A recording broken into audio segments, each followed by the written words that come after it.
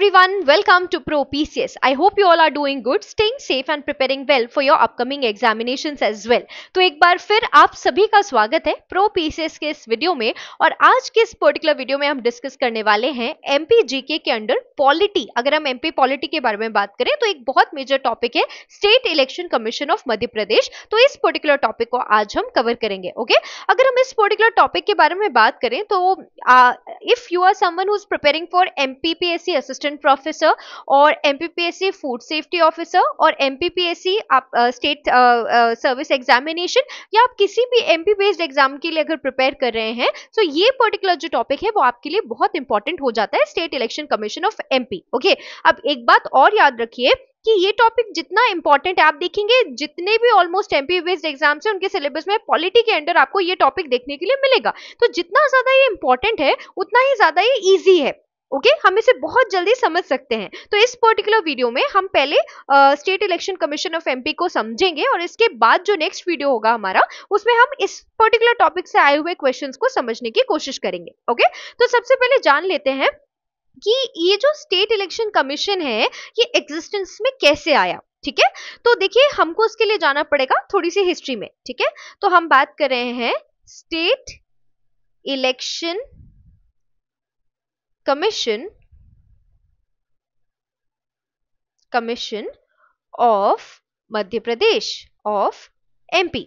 ठीक है, ऑलराइट, यहां याद रखिए बहुत इंपॉर्टेंट बात है, हेडक्वार्टर जो है वो भोपाल में है ना, ये आपको पता होना चाहिए, बेसिक सा क्वेश्चन है बट पता होना चाहिए। ठीक है, तो अगर हम स्टेट इलेक्शन कमीशन के बारे में बात करें, सारे स्टेट्स की मैं ये बात कर रही हूं, तो हम अगर बात करते हैं 1992 की, ओके, तो बिफोर 1992 जितने भी जो लोकल बॉडी आपके इलेक्शंस होते थे, ठीक है, लोकल सेल्फ गवर्नमेंट के जो इलेक्शंस होते, आई एम सॉरी,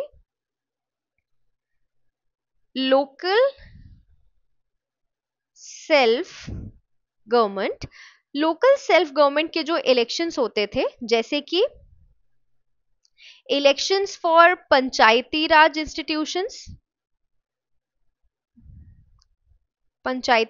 इंस्टीट्यूशंस या लोकल अर्बन बॉडीज,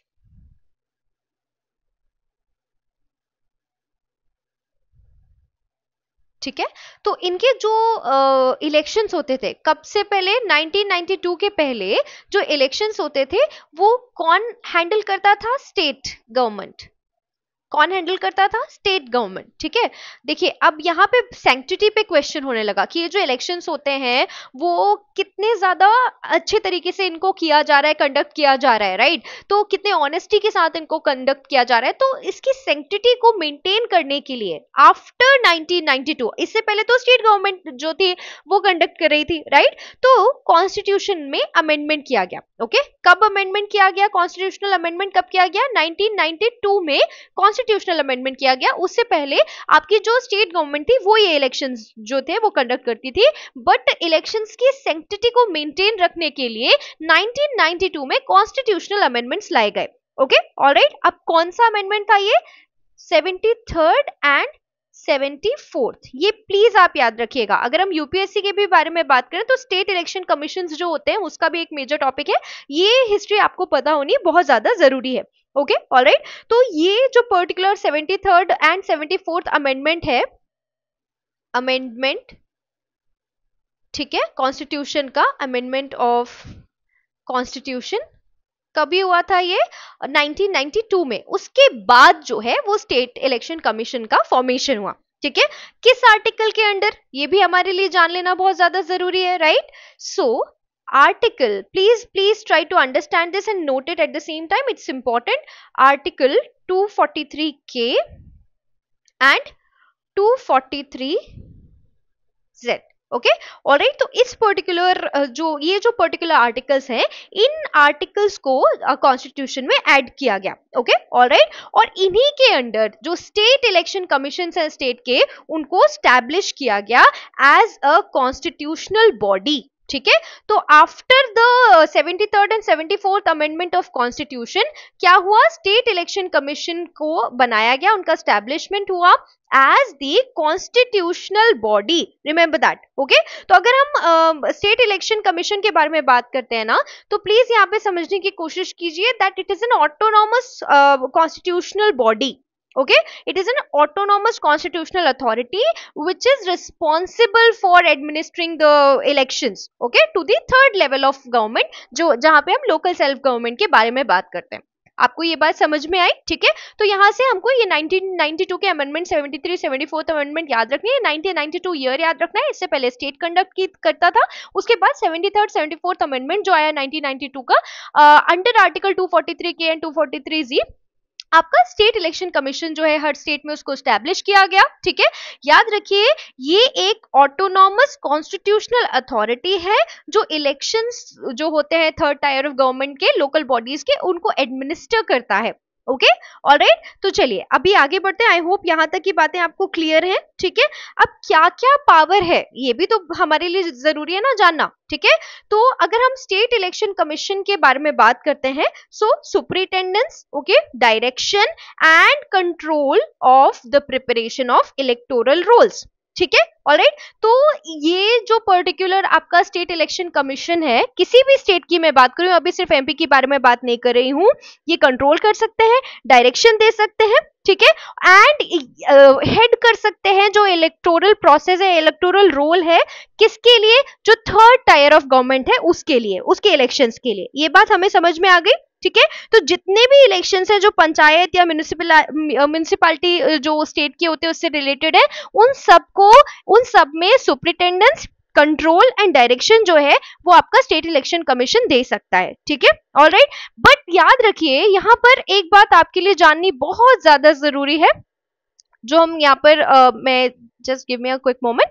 तो यहाँ पर एक बहुत मेजर इंपॉर्टेंट बात आपको समझनी जरूरी है कि आपकी जो वोटर्स लिस्ट होती है इन पर्टिकुलर इलेक्शंस के लिए, लोकल इलेक्शंस के लिए, ठीक है, क्या वोटर लिस्ट जो होती है आपकी, वोटर्स लिस्ट, ठीक है।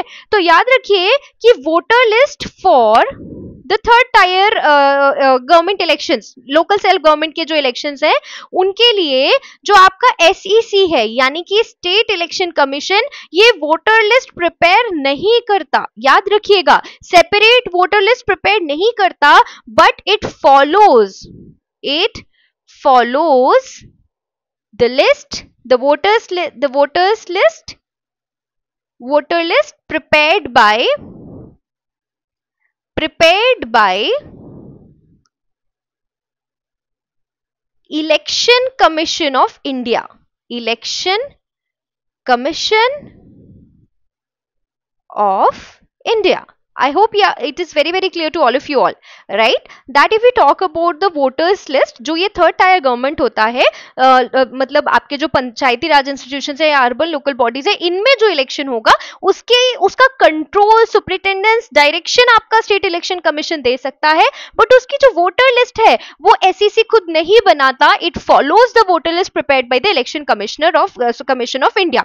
Are we very clear on this note, right. तो अगर हम state election commission Madhya Pradesh के बारे में बात करते हैं, याद रखिए इसका हेडक्वार्टर कहां पर है, भोपाल में, ठीक है। इतनी बातें हमको यहां से याद रखनी है, ठीक है।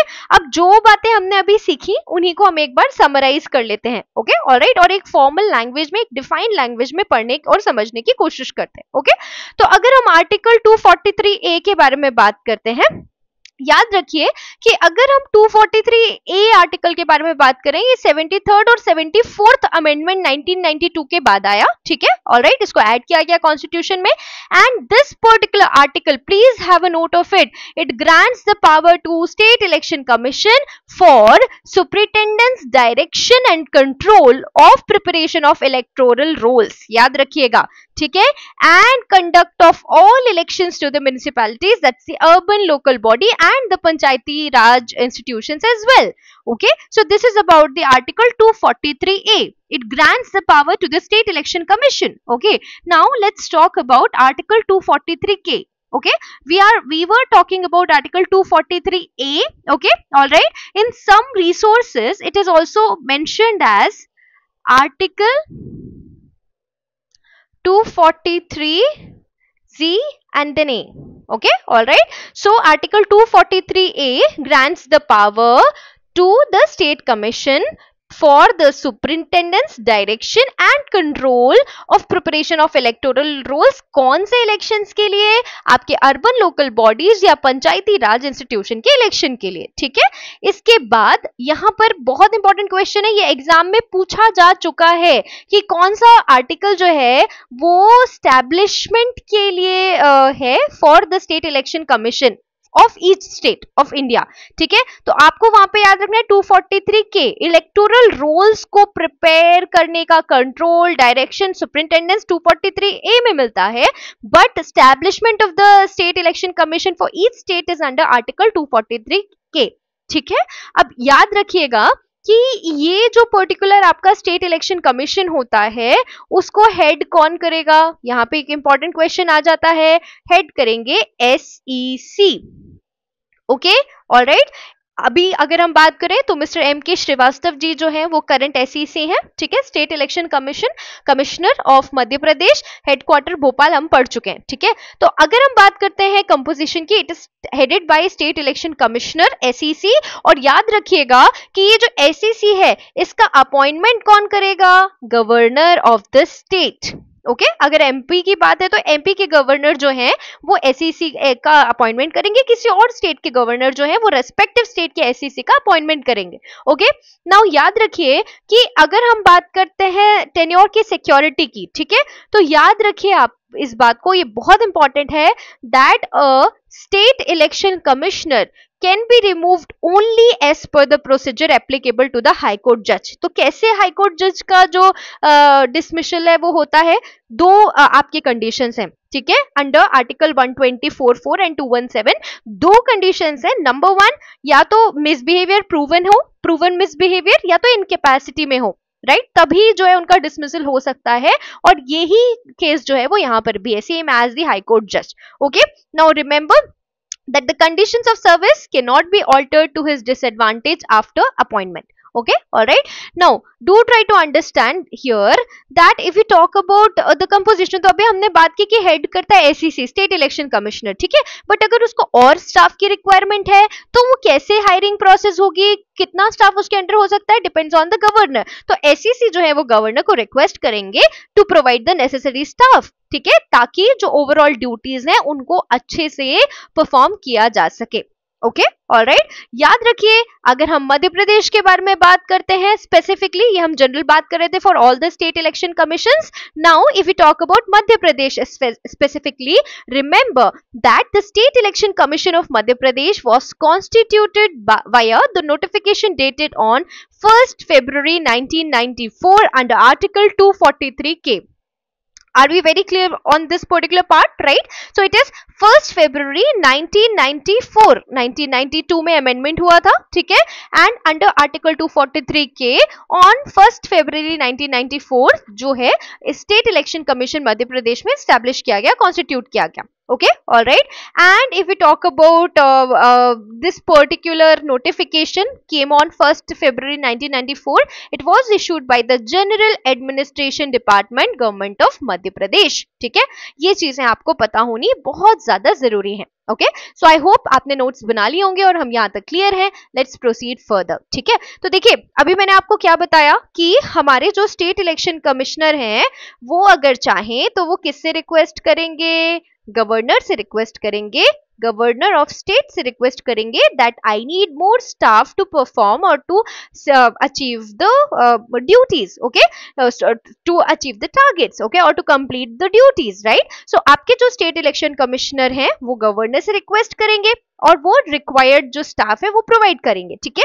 याद रखिए अगर हम हायरार्की के बारे में बात करें, here we are not discussing the detailed hierarchy because वो एग्जाम में नहीं पूछा जाता, ठीक है।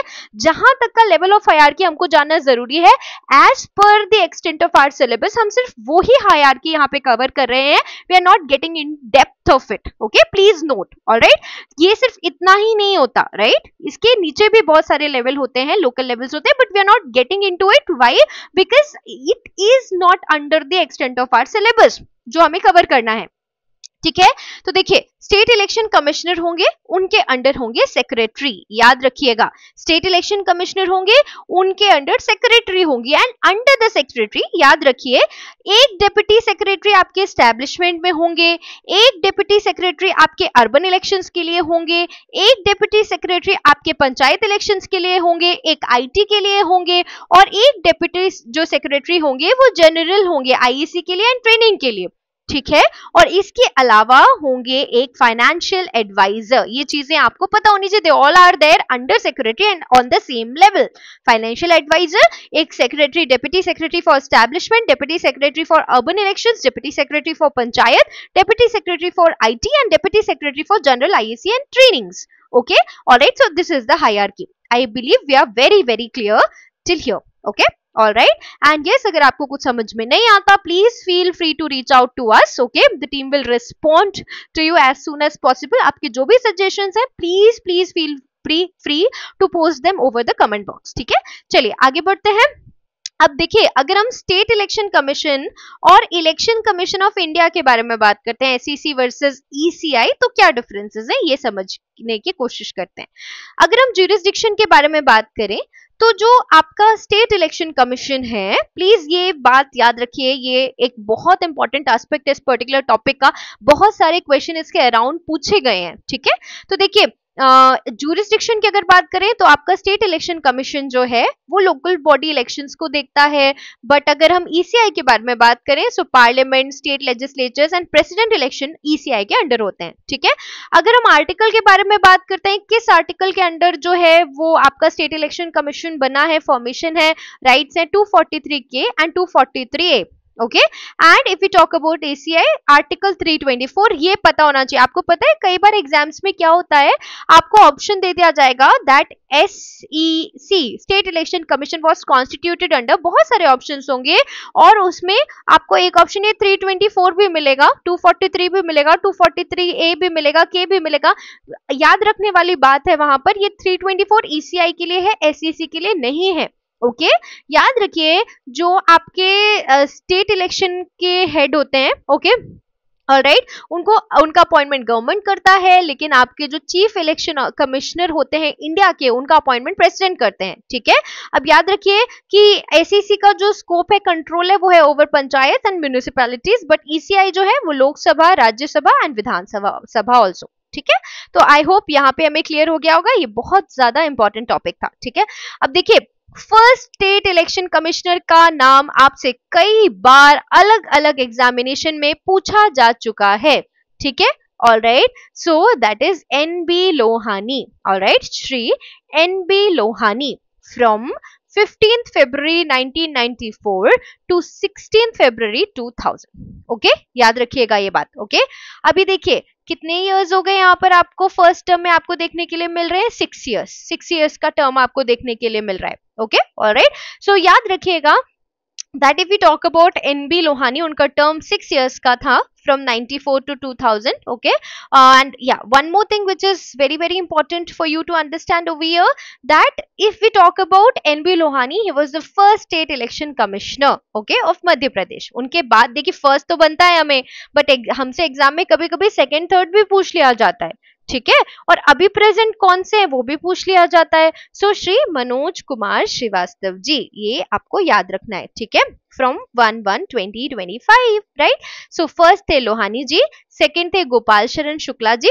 ओके, ऑलराइट, उसके बाद श्री आदित्य विजय सिंह जी, उसके बाद अजीत रायजादा जी। ठीक है, उसके बाद from 2013 to 18 R Parshuram ji, then Basant Pratap Singh ji. इनसे पहले जो मनोज कुमार श्रीवास्तव जी हैं, उनके पहले बसंत प्रताप सिंह जी थे, ये आपको पता होना चाहिए, बहुत इंपॉर्टेंट है ये। ठीक है, ऑलराइट, तो चलिए आगे बढ़े। आई होप ये डेटा आपने नोट कर लिया होगा, इट इज इंपॉर्टेंट। ठीक है, अब बात करते हैं सेक्रेटरी की, इलेक्शन कमीशन के अंडर जो सेक्रेटरी होते हैं उनकी बात करते हैं। तो देखिए आपको एनबी लोहानी जी का नाम तो पता रहता है, बट आपको ये नहीं पता होता है, तो ये आपके लिए जानना जरूरी है। श्री प्रकाश चंद जी जो थे वो फर्स्ट सेक्रेटरी थे स्टेट इलेक्शन कमीशन के। ठीक है, ऑलराइट, एंड प्रेजेंट है Shri Abhishek Singh ji, and we have all the data collated over here, right, so you can definitely take notes from this, ठीक है। तो फर्स्ट प्रकाश चंद जी थे, फिर उनके बाद आपके यशपाल कुमार जी थे, फिर विजय श्रीवास्तवा जी थी, ठीक है। उसके बाद केपी सिंह जी थे, वीसी रावत जी थे, राकेश बंसल जी थे, एसपी गुप्ता जी थे, एससी जैन जी थे, अरुण तिवारी जी थे, हीरालाल त्रिवेदी जी थे, उर्मिला मिश्रा जी थी, राजेश राजौरा जी थे, अनुपम राजन जी थे, उनके उनके बाद रजनी उइके जी थी, फिर सुभाष जैन जी थे, फिर जीपी श्रीवास्तव जी थे, फिर सुनीता त्रिपाठी जी थी, उसके बाद दुर्ग विजय सिंह जी थे, फिर बीएस जामोद जी थे, उसके बाद राकेश सिंह जी थे, और उसके बाद अभिषेक सिंह जी, ठीक है। तो ये आपको पता होना चाहिए, प्रेजेंट आपको पता होना चाहिए, फर्स्ट सेकंड पता होना चाहिए, और प्रेजेंट के पहले वाला नाम भी आपको पता होना चाहिए, ये इंपॉर्टेंट है, ठीक है। ऑलराइट, अभी हम बात कर लेते हैं एक इंपॉर्टेंट एस्पेक्ट विजन और मिशन की, ठीक है। आपका जो स्टेट इलेक्शन कमीशन है उसका विजन और मिशन क्या है, राइट। तो देखिए, विजन तो बहुत ही क्लियर है, to take measures to continue strengthening the atmosphere of free and fair elections in Madhya Pradesh, okay, alright. तो अगर आप ऑफिशियल वेबसाइट पर भी जाएंगे तो यही विजन आपको देखने के लिए मिलेगा। तो कई बार विजन पर भी क्वेश्चन पूछ लिया जाता है, इसलिए we try to cover this also here. And the mission is the officers and employees of Madhya Pradesh state commission takes a pledge that we strengthen the competencies on the legal and management aspect of elections, use GIS in elections, and implement IT applications in increasing order, and expand the internal and interofficial use of information technology. Now this is directly taken from the official website of State Election Commission of Madhya Pradesh, ठीक है, alright। ये हम लोगों ने add करने के लिए इसलिए कोशिश की because this is updated, okay, alright। So I believe we are very very clear with the vision and mission also। तो याद रखिएगा 1992 के पहले स्टेट कंडक्ट करता था, उसके बाद जो है कॉन्स्टिट्यूशनल अमेंडमेंट 73rd और 74th के बाद 243 के आर्टिकल के अंडर जो है और 243A उसके अंडर जो है आपका स्टेट इलेक्शन कमीशन स्टैब्लिश किया गया, उसके पावर्स को स्टैब्लिश किया गया, राइट। जो हेड होता है वो इलेक्शन कमिश्नर होता है, ठीक है। स्टेट के लिए गवर्नर अपॉइंट करते हैं, और कंट्री लेवल पे प्रेसिडेंट अपॉइंट करते हैं, ठीक है। जुरिस्डिक्शन की हमने बात कर ली, लोकल गवर्नमेंट, ठीक है, municipalities, urban local government and Panchayati Raj, right. So I hope आपको ये वीडियो पसंद आया हो, आई होप आपको ये हेल्पफुल लगे अपने एग्जाम के प्रिपरेशन के लिए। मिलते हैं अगले वीडियो में, we are going to discuss all the questions which were asked from this particular topic in the previous year exams, okay. So until next time we meet, keep growing and keep learning, bye bye.